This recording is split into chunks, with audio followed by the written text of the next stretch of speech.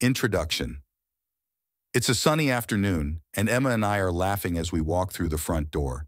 Her giggles are infectious, filling the house with joy. "Daddy, can we play hide and seek?" she asks, her eyes sparkling with excitement. "Of course, sweetheart. But first, let's put away our groceries," I say, ruffling her hair. Emma runs ahead, her footsteps echoing down the hall. "My name is David Lawson. I'm an architect, a loving father, and a devoted husband.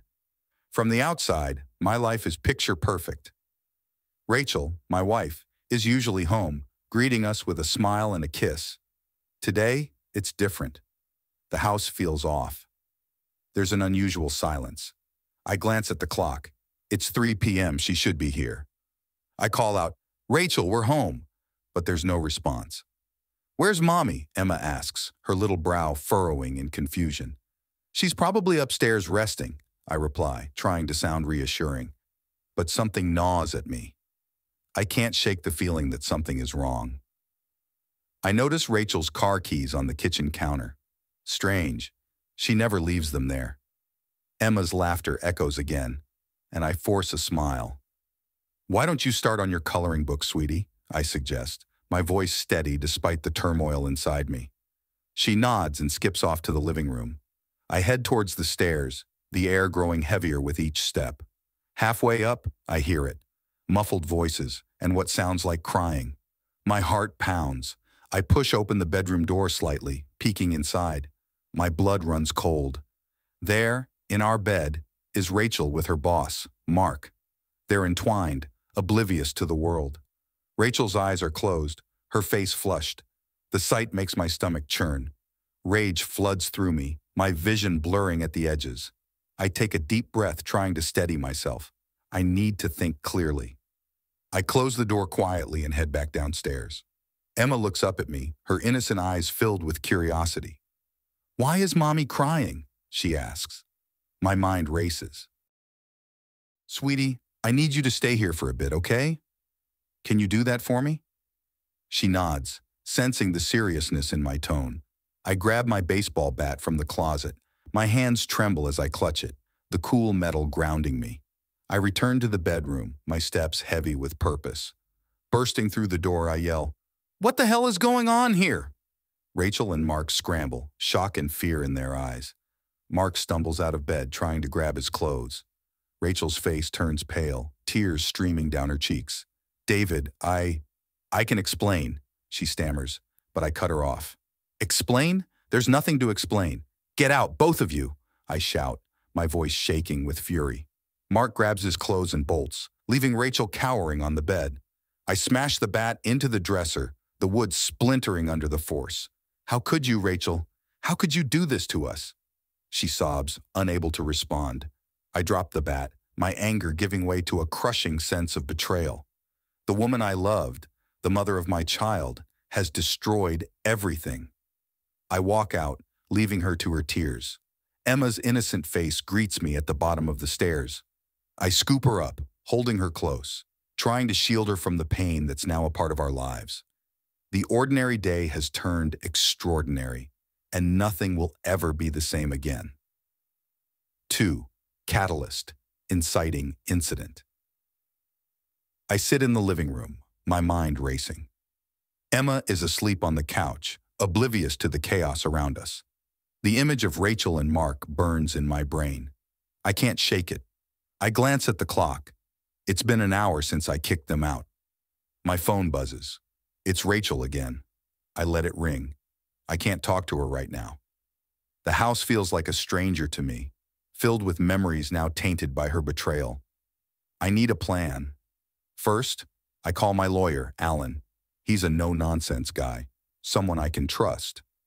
"Alan, it's David. I need to see you. It's urgent." "Come by my office tomorrow morning. We'll sort this out," he says, his voice calm and reassuring. I hang up and look at Emma, her peaceful face a stark contrast to my turmoil. I need to be strong for her. I gently carry her upstairs to her room, tucking her into bed. As I head back downstairs, I hear the front door open. Rachel stands there, her eyes red from crying. "David, please, we need to talk," she pleads. I feel a surge of anger. There's nothing to talk about, Rachel. You destroyed our family. She steps closer, tears streaming down her face. It was a mistake, a horrible mistake. Please, let me explain. I shake my head, my voice hard. Explain? I saw everything. What more is there to say? Please, for Emma's sake, she whispers, her voice breaking. I take a deep breath, trying to keep my composure. Fine. Tomorrow morning. Right now, I need you to leave. She nods, her shoulders sagging. I'll go to my sister's.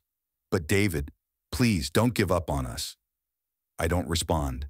I just watch her walk away, my heart heavy with a mix of anger and sorrow. The next morning, I wake early, the events of the previous day still fresh in my mind. I get Emma ready for school, trying to keep things as normal as possible. Her innocent questions about Rachel's absence cut deep, but I manage to deflect them for now. After dropping her off, I head straight to Alan's office. David, come in.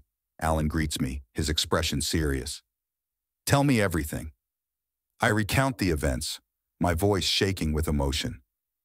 Alan listens intently, nodding occasionally.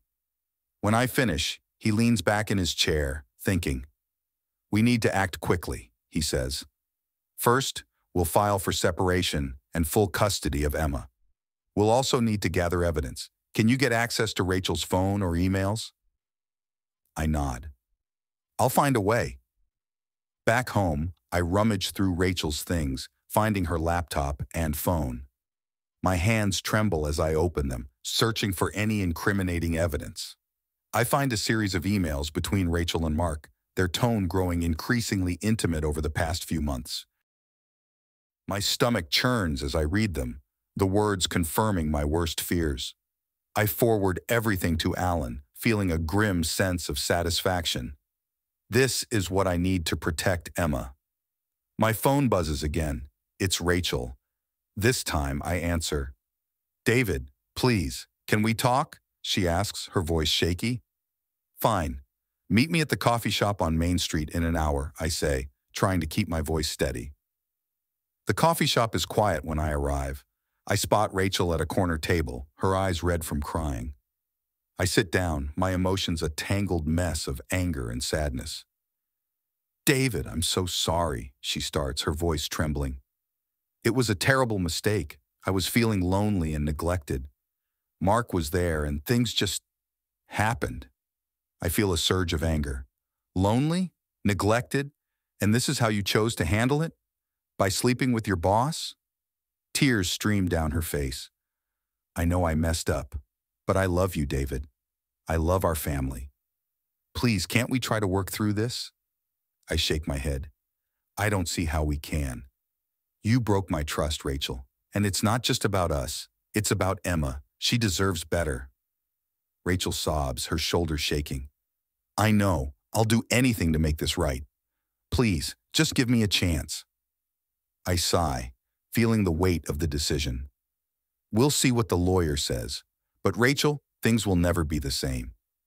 The days that follow are a blur of legal meetings and tense conversations. Alan advises me to document everything, to build a solid case for custody. I dive into this task with a single-minded focus, determined to protect Emma from the fallout. Rachel moves in with her sister, and our interactions are limited to discussions about Emma. Each encounter is strained, filled with unspoken accusations and regrets. One evening, as I'm sorting through more emails, I stumble upon something that makes my blood run cold. Rachel and Mark were not just having an affair. They were planning to embezzle funds from her company. The messages detail their scheme, implicating both of them in serious criminal activities. I forward the evidence to Alan immediately. This changes everything, he says. We can use this to strengthen your case, but we'll need to be careful. This could get very messy. I feel a grim satisfaction. They thought they were smart, but now I have the upper hand. I'm determined to make them pay for what they've done. The trial date is set. Tension mounts as we prepare our case. Alan is relentless, digging into every detail of Rachel and Mark's affair and their embezzlement scheme. The courtroom is a battleground, each side presenting their arguments with fervor. Rachel's lawyer tries to paint me as an overworked, inattentive husband, but Alan counters with evidence of her betrayal and criminal plans. The courtroom scenes are intense, filled with heated exchanges and shocking revelations. One day, during a recess, Rachel approaches me. "David, please, can't we settle this outside of court? For Emma's sake?" I look at her, my heart hardening. "You should have thought about Emma before you did all this. I'm not backing down." The trial drags on, each day bringing new twists and turns. Witnesses are called, evidence is presented, and the tension is palpable. Rachel's sister testifies against her, revealing even more about their scheme. Mark tries to cut a deal, throwing Rachel under the bus to save himself. I watch Rachel crumble on the stand, her lies unraveling under intense questioning. My heart aches for the woman I once loved, but I know I'm doing the right thing for Emma. Finally, the day comes when the judge delivers the verdict. The courtroom is silent as he speaks, his words echoing in the still air. David Lawson is granted full custody of Emma Lawson. Rachel Lawson's actions have demonstrated a severe lack of judgment and responsibility. A wave of relief washes over me. I've won. I've protected Emma. But the victory is bittersweet. Rachel is left disgraced and penniless, her actions exposed for all to see. Back home, I start to rebuild our lives. I move Emma and me to a new house, away from the painful memories.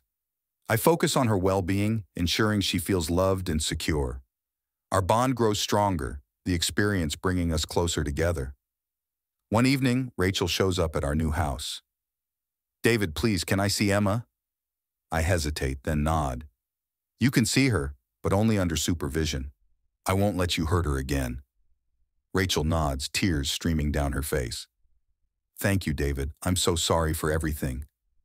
I watch as she leaves, feeling a mix of sadness and relief.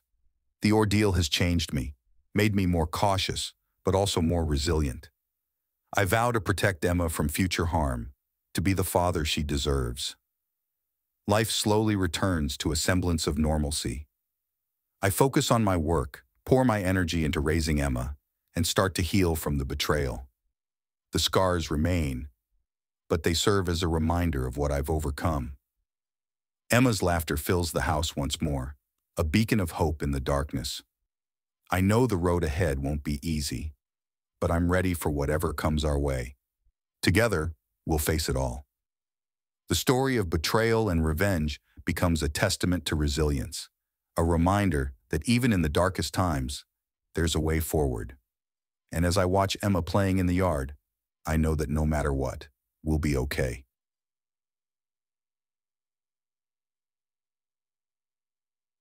3. Development of conflict. I sit in Alan's office, the weight of the trial bearing down on me. The evidence of Rachel's affair and embezzlement is solid, but the courtroom is unpredictable. Alan is relentless, going through every detail, preparing me for cross-examination. "David, we need to stay focused. This trial will be a battle," Alan says, his eyes steely. "I'm ready," I reply, though my stomach churns with anxiety. I have to protect Emma, no matter the cost. The next few weeks are a blur of legal meetings and preparations. Rachel's lawyer tries to negotiate, but I refuse to back down. My determination only hardens with each passing day. The trial begins. The courtroom is tense, filled with spectators eager for drama. I sit next to Alan, my heart pounding. Rachel and Mark are across from me, their faces pale. Rachel's lawyer opens with a polished speech, painting her as a misguided but loving mother. Alan counters with a blistering attack, presenting the evidence of her betrayal and criminal activities. "Mr. Lawson, please take the stand," the judge calls. I walk to the witness stand, my hands clammy. The questioning begins, and I recount the events with precision, my voice steady despite the turmoil inside. "Can you describe what you found on Rachel's laptop?" Alan asks. I take a deep breath. There were emails between Rachel and Mark, discussing their affair and plans to embezzle funds from her company. Rachel's lawyer pounces.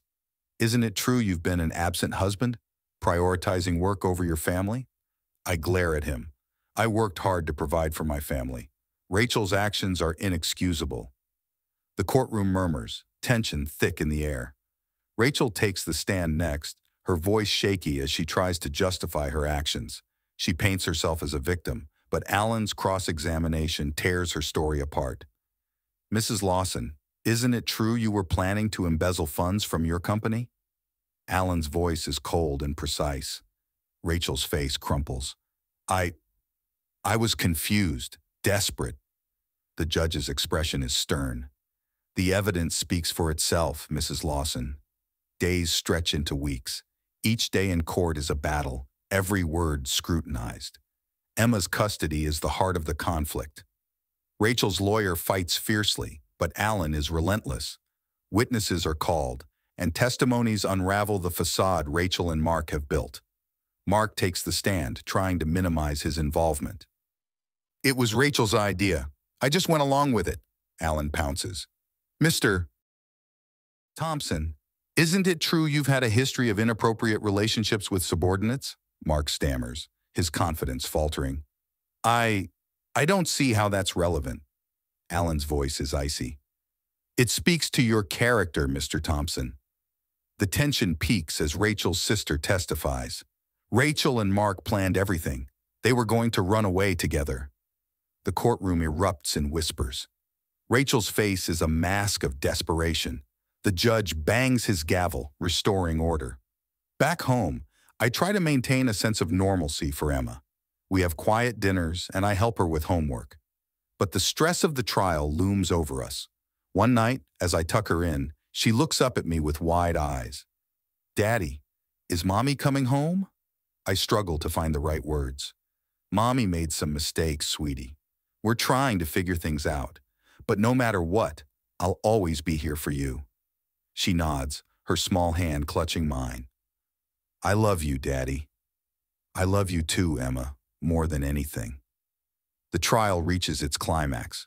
The courtroom is packed, the air thick with anticipation. Alan delivers his closing argument, a masterful blend of logic and emotion. Ladies and gentlemen, this case is about more than infidelity. It's about trust, integrity, and the well-being of a child. David Lawson has shown unwavering dedication to his daughter. Rachel Lawson, on the other hand, has demonstrated a shocking lack of judgment and responsibility. Rachel's lawyer counters, but the damage is done. The judge calls a recess before delivering the verdict. I step outside, the cool air a welcome relief. Rachel approaches me, her eyes red. David, please, I'm begging you, don't take Emma away from me. Her words twist in my gut. You did this, Rachel. You made these choices. She reaches out, but I step back. Goodbye, Rachel. The judge's verdict is swift and decisive. David Lawson is granted full custody of Emma Lawson. Rachel Lawson's actions have demonstrated a severe lack of judgment and responsibility. Relief floods through me. I've won. I've protected Emma.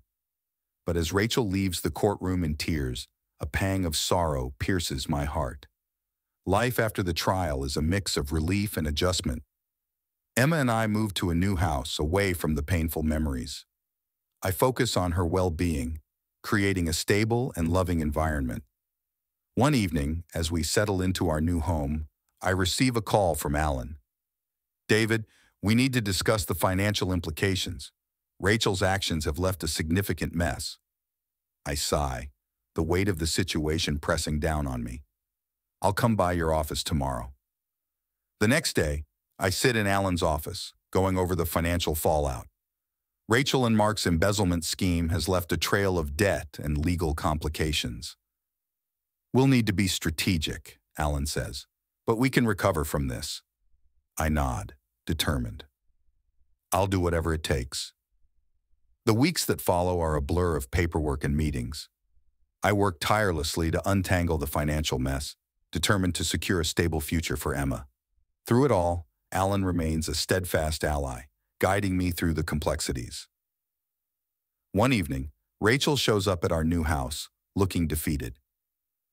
David, please, I just want to see Emma. I hesitate, then nod. You can see her, but only under supervision. I won't let you hurt her again. Rachel nods, tears streaming down her face. Thank you, David. I'm so sorry for everything. I watch as she leaves, feeling a mix of sadness and relief. The ordeal has changed me, made me more cautious, but also more resilient. I vow to protect Emma from future harm, to be the father she deserves. Life slowly returns to a semblance of normalcy. I focus on my work, pour my energy into raising Emma, and start to heal from the betrayal. The scars remain, but they serve as a reminder of what I've overcome. Emma's laughter fills the house once more, a beacon of hope in the darkness. I know the road ahead won't be easy, but I'm ready for whatever comes our way. Together, we'll face it all. The story of betrayal and revenge becomes a testament to resilience, a reminder that even in the darkest times, there's a way forward. And as I watch Emma playing in the yard, I know that no matter what, we'll be okay. 4. Crisis. Climax. The courtroom is buzzing with tension. The trial has dragged on for weeks, and today feels like the final battle. I sit beside Alan, nerves tightening my gut. Rachel and Mark are across the room, looking more desperate than ever. The judge calls for order, and Alan rises to deliver his closing argument. Ladies and gentlemen, this case is not just about infidelity. It's about the safety and well-being of a child. David Lawson has shown unwavering dedication to his daughter, while Rachel Lawson has demonstrated a shocking lack of judgment. Rachel's lawyer stands up, trying to regain ground. Mr. Lawson may appear to be the perfect father, but let's not forget the hours he spent away, neglecting his wife's emotional needs. Alan's rebuttal is sharp. Emotional needs do not justify criminal behavior. Rachel Lawson's actions go beyond betrayal. They involve conspiracy and fraud. The judge's stern voice cuts through the tension. We'll take a short recess before I deliver my verdict. I step outside, needing a breath of fresh air. My heart pounds in my chest. This is it, the moment of truth. I see Rachel approaching, her face a mix of anger and desperation. David, please, don't do this, she begs, her voice breaking. I'm begging you, for Emma's sake. I shake my head, my resolve hardening. You should have thought about Emma before you got involved with Mark. This is your mess, Rachel. Tears stream down her face, but I turn away, focusing on the fight ahead. Back in the courtroom, the judge returns. The room falls silent as he begins to speak. I have reviewed the evidence and heard the testimonies. This case has been deeply troubling. The welfare of the child is paramount. I hold my breath, my hands gripping the edge of the table. David Lawson is granted full custody of Emma Lawson. Rachel Lawson's actions have demonstrated a severe lack of judgment and responsibility. Additionally, Rachel Lawson and Mark Thompson are to face charges for embezzlement. A wave of relief washes over me. I've done it. I've protected Emma. But as Rachel breaks down in tears, I feel a pang of sorrow. This isn't the victory I imagined. It's a necessary step, but it's also a tragedy. The aftermath of the trial is chaotic. Reporters swarm the courthouse, eager for a story. I shield Emma from the media frenzy, determined to protect her from further harm. Alan and I navigate the legal paperwork, ensuring Rachel and Mark face the consequences of their actions.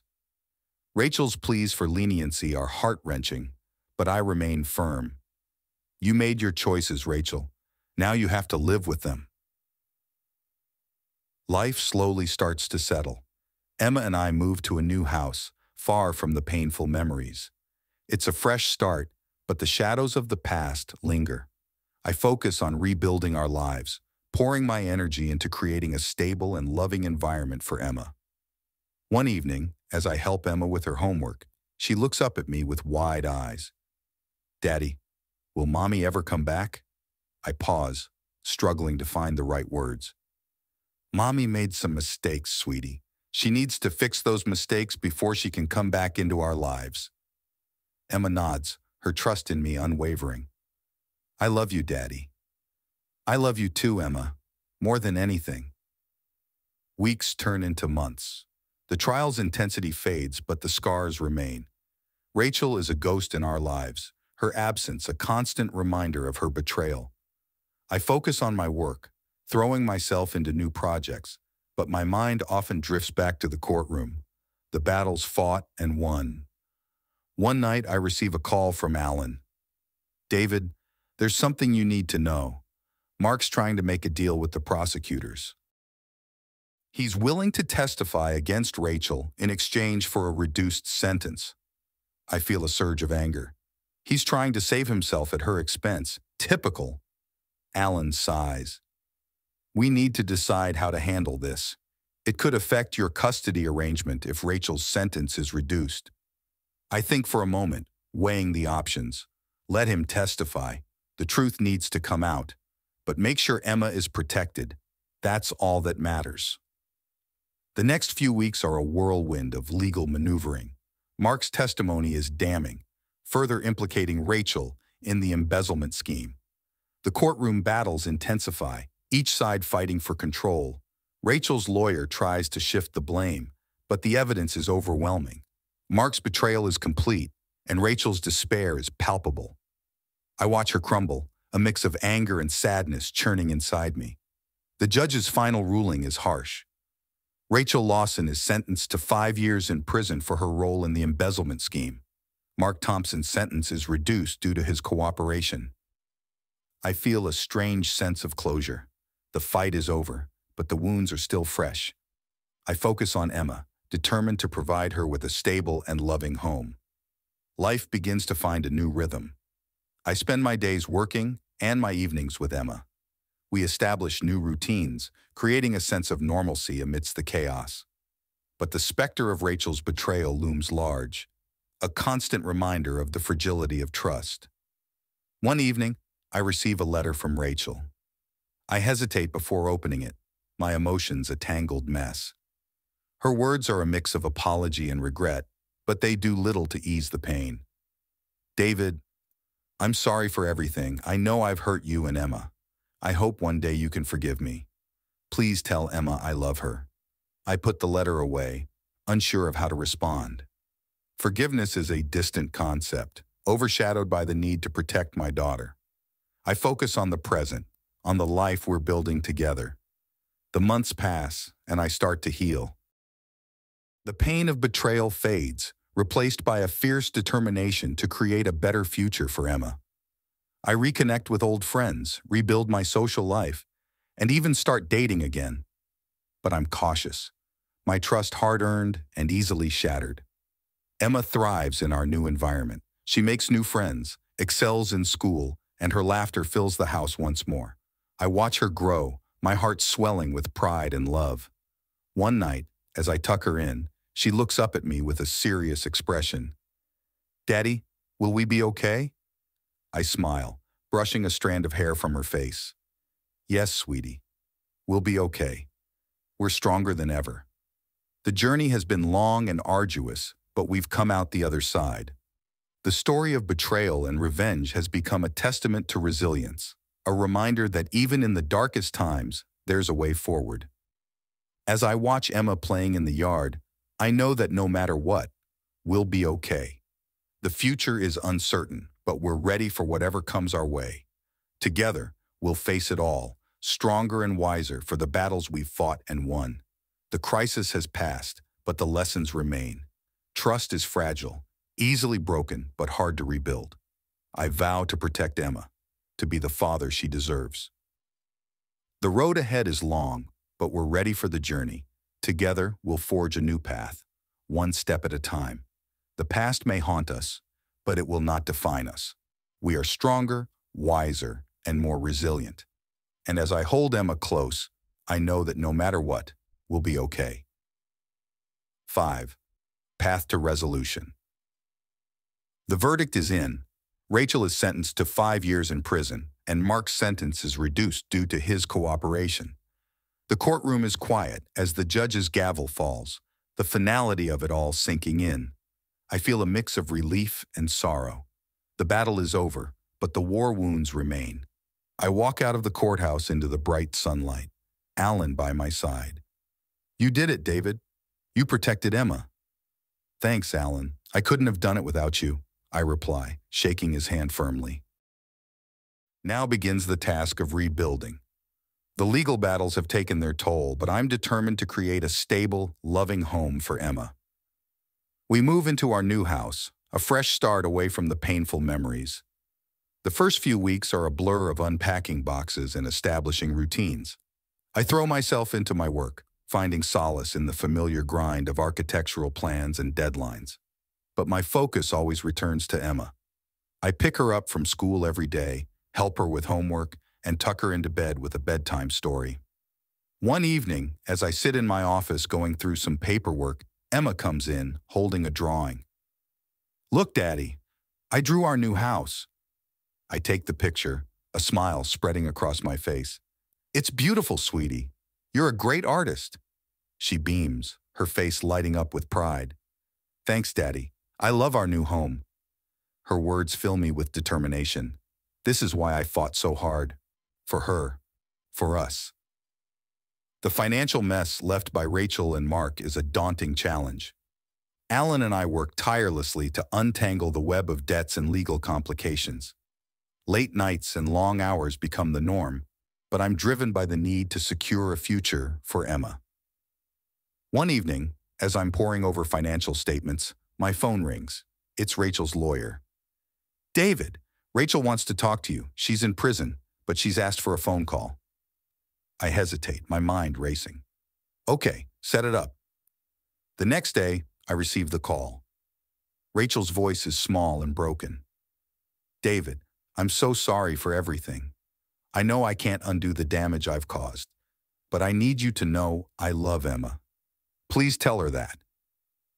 I feel a pang of sympathy, but my resolve remains firm. Rachel, you made your choices. Now you have to live with them.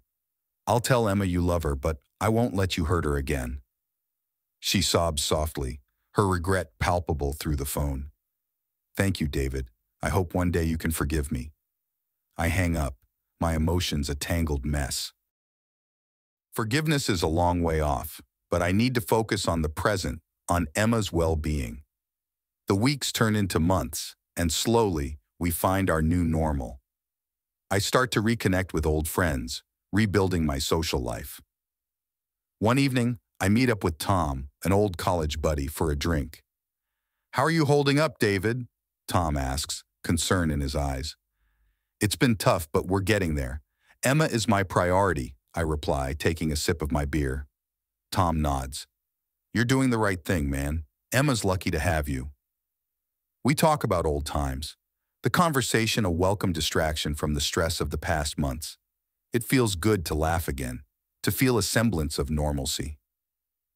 One night, as I'm tucking Emma into bed, she looks up at me with wide eyes. Daddy, will Mommy ever come home? I take a deep breath, choosing my words carefully. Mommy made some mistakes, sweetie. She needs to fix those mistakes before she can come back into our lives. Emma nods, her trust in me unwavering. I love you, Daddy. I love you too, Emma, more than anything. I start dating again, cautiously opening my heart while maintaining a protective stance for Emma's sake. One evening, I meet Lisa, a kind and understanding woman who knows about my past. David, I admire your strength, she says, her eyes sincere. It can't be easy, what you've been through. Thank you, Lisa. I'm just trying to do what's best for Emma, I reply, feeling a spark of connection. Our dates are simple, a mix of dinners and walks in the park. Lisa's presence is a soothing balm to my wounded heart. But I'm careful, always keeping Emma's well-being at the forefront. Life begins to find a new rhythm.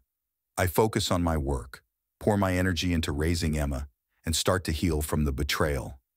The scars remain, but they serve as a reminder of what I've overcome. One day, I receive a letter from Rachel. I hesitate before opening it, my emotions a tangled mess. Her words are a mix of apology and regret, but they do little to ease the pain. David, I'm sorry for everything. I know I've hurt you and Emma. I hope one day you can forgive me. Please tell Emma I love her. I put the letter away, unsure of how to respond. Forgiveness is a distant concept, overshadowed by the need to protect my daughter. I focus on the present, on the life we're building together. Months pass, and the wounds start to heal. Emma and I establish new routines, creating a sense of normalcy amidst the chaos. I throw myself into my work, taking on new projects and challenges. But my focus always returns to Emma, ensuring she feels loved and secure. One evening, as I'm helping Emma with her homework, she looks up at me with a serious expression. "Daddy, will we be okay?" I smile, brushing a strand of hair from her face. "Yes, sweetie. We'll be okay. We're stronger than ever." Life after the trial is a mix of relief and adjustment. Emma and I moved to a new house, far from the painful memories. It's a fresh start, but the shadows of the past linger. I focus on rebuilding our lives, pouring my energy into creating a stable and loving environment for Emma. One evening, as I help Emma with her homework, she looks up at me with wide eyes. "Daddy, will Mommy ever come back?"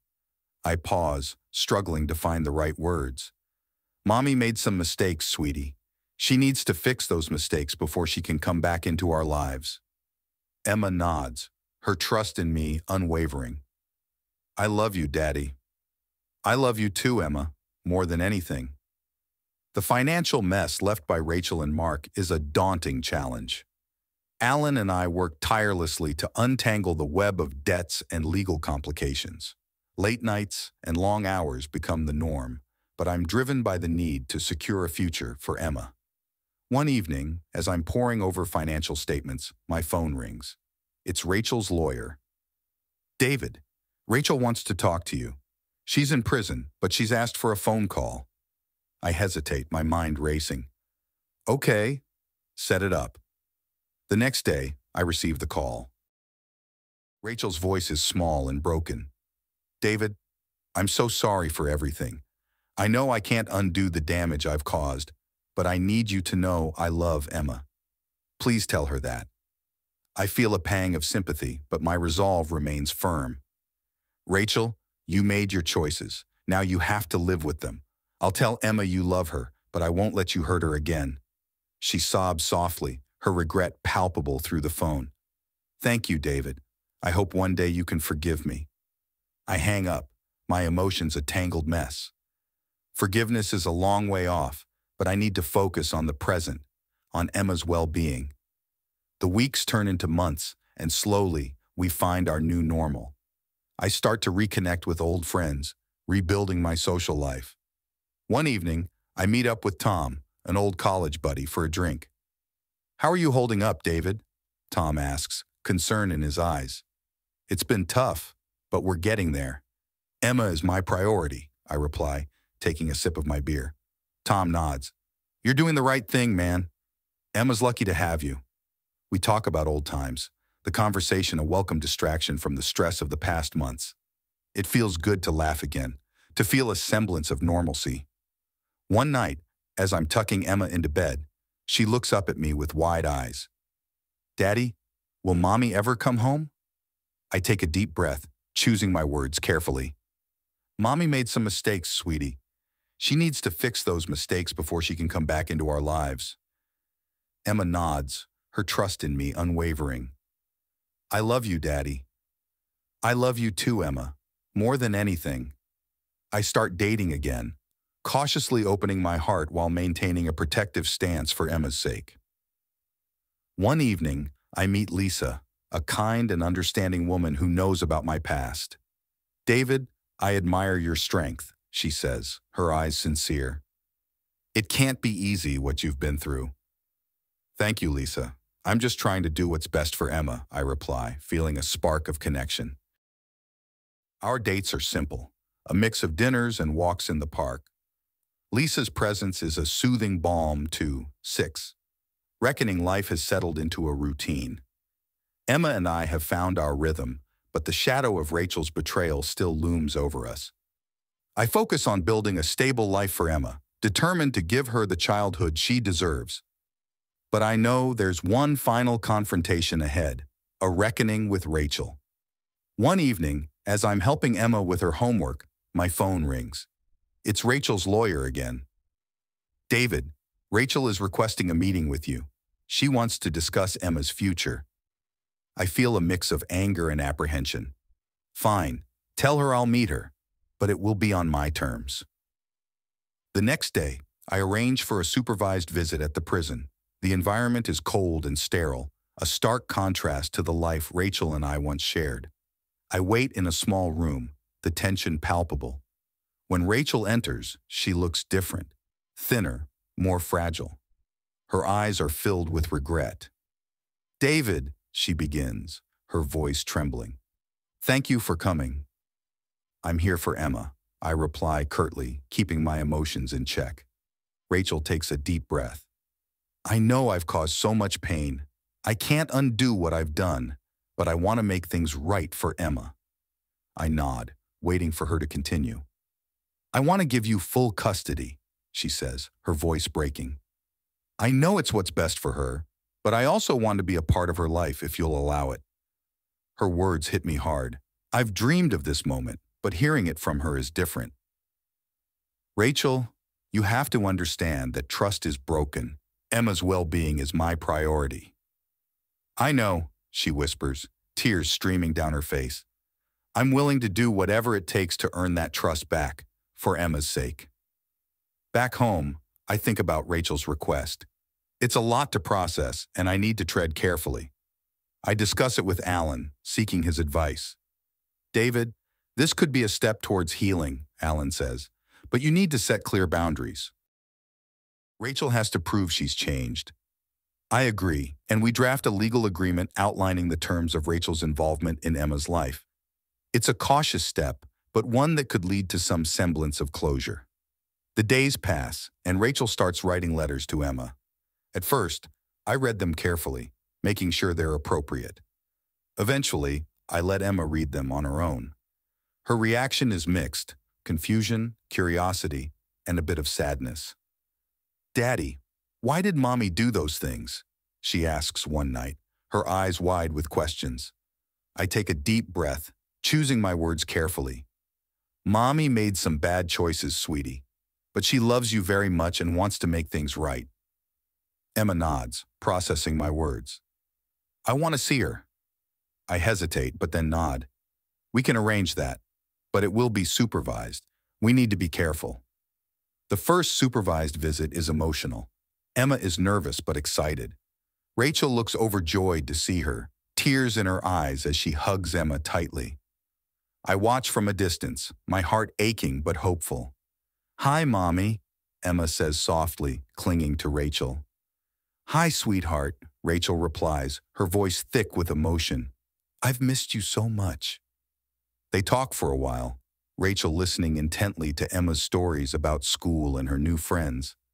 I see a spark of the mother Rachel used to be, and it gives me a glimmer of hope. Life moves forward. The visits become a regular part of our routine, and slowly, trust begins to rebuild. Rachel adheres to the conditions we set, showing genuine effort to change. It's a slow process, but it's progress. One evening, Lisa and I are having dinner at my place. She's been a steady presence in my life, offering support and understanding. I feel a connection with her, but I've been cautious, not wanting to rush into anything. "How's everything with Rachel?" Lisa asks, her voice gentle. "It's getting better. She's making an effort, and Emma seems happier," I reply, feeling a sense of relief. Lisa smiles. "That's good to hear. You're doing a great job, David." "Thanks, Lisa. I couldn't have done it without you," I say, reaching out to take her hand. Our relationship has been growing, and I'm finally ready to take the next step. "Lisa, I know things have been complicated, but I care about you. I want us to be more than just friends." She looks at me, her eyes filled with warmth. "David, I've felt the same way. Let's take this one step at a time." As the months pass, our lives continue to stabilize. Emma's visits with Rachel become more frequent, and the tension begins to ease. Rachel is gradually earning back some trust, but I remain vigilant, always putting Emma's safety first. One day, Rachel's lawyer calls with unexpected news. "David, Rachel has been granted early release for good behavior. She wants to discuss a more regular visitation schedule with Emma. I feel a surge of mixed emotions. This is another step towards closure, but it also brings new challenges. I discuss it with Alan, who advises caution, but sees potential for further healing. Rachel and I meet to discuss the new arrangement.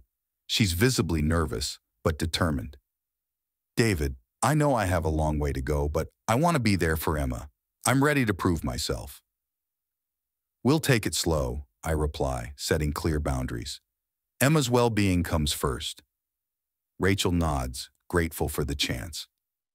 We draft a new agreement, outlining the terms of her visitation. It's a tentative step, but a necessary one for Emma's sake. Life begins to find a new balance. Rachel's visits become a part of our routine, and Emma seems to flourish with the stability. Lisa and I grow closer, our relationship deepening with each passing day. One evening, as Emma and I are sitting in the backyard, she looks up at me with a thoughtful expression. Daddy, I'm happy. I like seeing Mommy, and I like Lisa too. Her words fill me with a profound sense of accomplishment. Despite the hardships, we've created a life filled with love and support. I'm happy too, sweetie. We've come a long way, and I'm so proud of you, I reply, hugging her tightly. The journey has been long and arduous, but we've emerged stronger. Rachel's presence in Emma's life is cautious but positive. Lisa has become an integral part of our family, and I feel a sense of peace that's eluded me for so long. One night, as I'm tucking Emma into bed, she looks up at me with a content smile. Daddy, I love you. I love you too, Emma, more than anything, I reply, my heart full. The story of betrayal and redemption has come full circle. We've faced the challenges head-on, and we've built a life filled with resilience and love. As I sit in the backyard, watching Emma play, I know that the future is bright. We've faced the storm and come out stronger on the other side. Rachel's journey towards redemption continues, and while forgiveness is a work in progress, there's hope. Lisa and I are building a future together, one step at a time. The road ahead may have its challenges, but we're ready for whatever comes our way. Together, we'll navigate the twists and turns, always putting Emma's happiness first. As I watch the sunset, I reflect on the path we've traveled. The betrayals and battles have forged a bond that's unbreakable. We're a family, and nothing can change that. The reckoning has brought us to this point, and as we move forward, I feel a sense of peace and optimism. We've faced the darkness and found the light, and as I hold Emma close, I know that no matter what, we'll be okay. The journey continues, but we're ready for it, stronger and wiser for all we've endured. 7. Conclusion. The journey has been long and fraught with challenges, but we've made it through. I sit in the living room watching Emma play with her toys, a sense of peace settling over me. The past is behind us, and the future feels bright. Daddy, look! I built a castle! Emma's voice pulls me from my thoughts. I smile, kneeling beside her. It's amazing, sweetheart. You're so talented. Her laughter fills the room, and I feel a swell of pride. We've come so far, and I'm determined to give her the best life possible. Life has found a new rhythm. Rachel's presence in Emma's life is stable, and Lisa has become a constant source of support and love. Our relationship has grown stronger, and I finally feel ready to move forward. One evening, as we sit on the porch, Lisa turns to me. David, I've been thinking about the future. I take her hand, feeling the warmth of her touch. Me too, Lisa. I want us to build a life together with Emma. Her smile lights up her face. I'd like that very much. We talk about our plans, our hopes, and dreams. It's a conversation filled with promise and excitement. The days pass and the seasons change. Emma continues to thrive, her laughter a constant reminder of what we've overcome. Rachel's visits are regular and positive, and the tension that once filled our lives has eased. One day I receive a call from Alan. David, I have some news. Rachel's sentence has been reduced further due to her good behavior and rehabilitation efforts. I'm silent for a moment, processing the information. What does that mean for us? It means she'll be out sooner than expected. We need to prepare for that. I nod, feeling a mix of emotions. Rachel's journey towards redemption is progressing, and while it's not easy, it's a step towards closure. Rachel's early release is a significant moment. We meet at a neutral location, Emma running into her arms.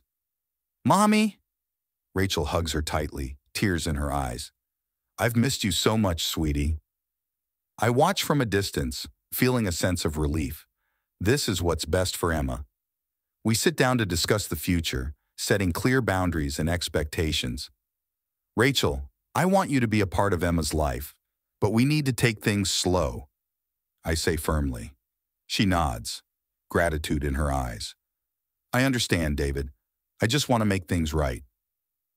Life begins to stabilize further. Rachel adheres to the conditions we set, and her presence becomes a positive influence in Emma's life. I focus on my work and our growing family with Lisa, finding a balance that once seemed impossible. One evening, Lisa and I sit down to talk about the next step in our relationship.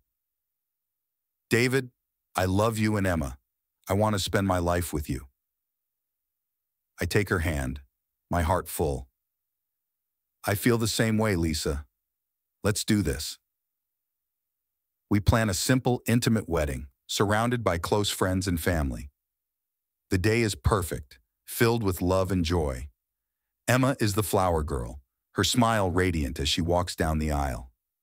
As I stand with Lisa, exchanging vows, I feel a sense of completeness.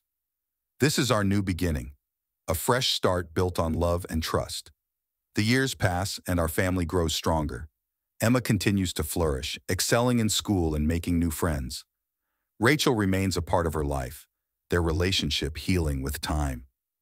One day, as we sit in the backyard, Emma looks up at me.